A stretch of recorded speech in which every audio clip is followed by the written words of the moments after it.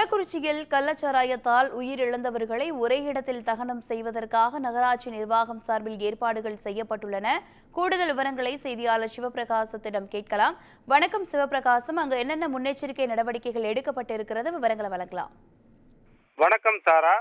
கள்ளக்குறிச்சியில் கள்ளச்சாராயம் குடித்து உயிரிழந்தவர்கள் எண்ணிக்கை 37 கடந்து சென்றுள்ள நிலையில் தற்போது இது தமிழகம் முழுவதும் பெரும் பரபரப்பை ஏற்படுத்தியுள்ளது. அதிலும் குறிப்பாக கள்ளக்குறிச்சி நகர்பகுதியிலேயே உள்ள கருணாபுரம் பகுதியில் ஒரே பகுதியில் சுமார் 20க்கும் மேற்பட்டவர் கள்ளச்சாராயம் குடித்து உயிரிழந்த சம்பவம் இந்த பகுதியில் பெரும் பரபரப்பை ஏற்படுத்தியுள்ளது. இந்த நிலையில் அந்த உயிரிழந்தவர்கள் உடலானது பிரேத பரிசோதனை முடிந்து கள்ளக்குறிச்சி அரசு மருத்துவக் கல்லூரி மருத்துவமனையில் இருந்து அவரது உறவினர்களிடம் ஒப்படைக்கப்பட்டது.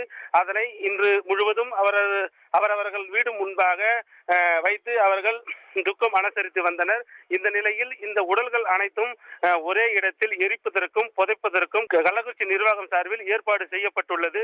மேலும் இந்த கருணாபுரம் அருகே உள்ள கோமிகி ஆற்றங்கரையோரம் உள்ள சுடுகாட்டு பகுதியில் ஒரே இடத்தில் 20 உடல்களை வைத்து எரிப்பதற்கும் அதே போன்று அதன் அருகாமையிலேயே 6 உடல்களை புதைப்பதற்கும் ஏற்பாடுகள் செய்யப்பட்டுள்ளது. யார் யார்கள் எரிக்கிறார்களோ எரிக்கிற இடத்தில் வைத்துக் கொள்ளலாம், புதைக்கின்றவர்கள் புதைக்கின்ற இடத்தில் புதைத்துக் கொள்ளலாம் என்ற அளவுக்கு ஏற்பாடு செய்யப்பட்டு அதற்கான முன்னேற்பாடுகள் நகராட்சி நிர்வாகம் சார்பில் செய்யப்பட்டுள்ளது. சாரா, சிவபிரகாசம், ஏற்கனவே அமைச்சர் உதயநிதி ஸ்டாலின் அங்கு வரவிருக்கிறார் அப்படிங்கிற தகவல் வந்திருக்கிறது.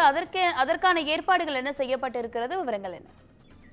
சாரா, அதாவது இந்த கள்ளச்சாராய உயிரிழப்பு சம்பவத்தை அறிந்து ஆளுங்கட்சியில் அமைச்சர்களும் அதே போன்று எதிர்கட்சியை சேர்ந்தவர்களும் அதே போன்று பல்வேறு கட்சியை சேர்ந்தவர்களும் தொடர்ந்து வந்த வண்ணம் உள்ளனர். இதனைத் தொடர்ந்து தமிழ்நாடு அரசு சார்பில்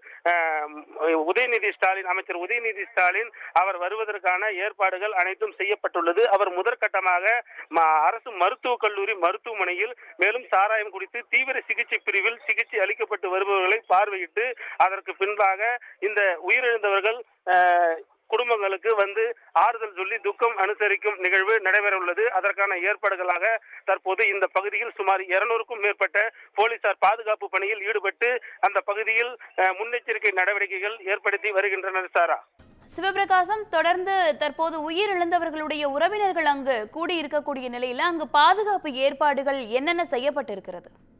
சாரா, இப்போது கருணாபுரம் பகுதியில் மட்டும் சுமார் ஒரு 4 எஸ்பிக்கள் தலைமையில் பல்வேறு மாவட்டங்களில் வந்த 4 எஸ்பிகள் ஒரு டிஐஜி தலைமையில் இந்த பகுதி முழுவதும் காவல்துறையின் கட்டுப்பாட்டுக்குள் கொண்டு வரப்பட்டு அந்தந்த பகுதிகளிலும் அதாக இந்த கருணாபுரத்தில் உள்வரக்கூடிய பகுதிகளில் யார் யார்கள் வருகிறார்கள், அவர் எந்த வீட்டிற்கு இறந்தவர் வீட்டுக்கு வருகிறார்கள் என்பதெல்லாம் குறித்து விசாரணை மேற்கொண்டு வருகிறார்கள். மேலும் அவர்கள் எந்த பகுதியை எரிக்க உள்ளார்கள், மேலும் அவர்கள் எந்த பகுதியில் புதைக்க உள்ளார்கள், அங்கங்கு தனித்தனியாக காவல்துறையினர் குவிக்கப்பட்டு இந்த பகுதி முழுவதும் காவல்துறையின் கட்டுப்பாட்டுக்குள் கொண்டு வரப்பட்டுள்ளது.